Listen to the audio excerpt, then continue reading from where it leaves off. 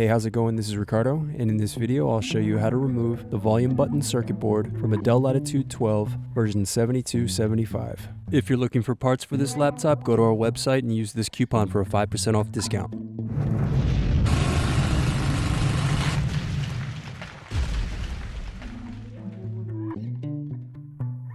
Remove back cover assembly screws. Use fingers to separate and remove back cover.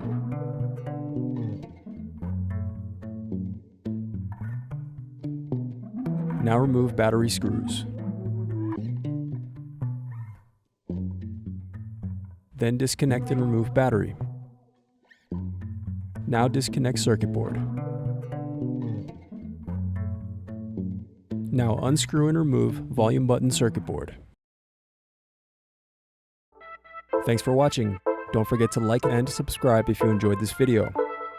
And if you need more, check out this playlist to watch other tutorials for your laptop. You can also click here to find parts for your laptop at partspeople.com.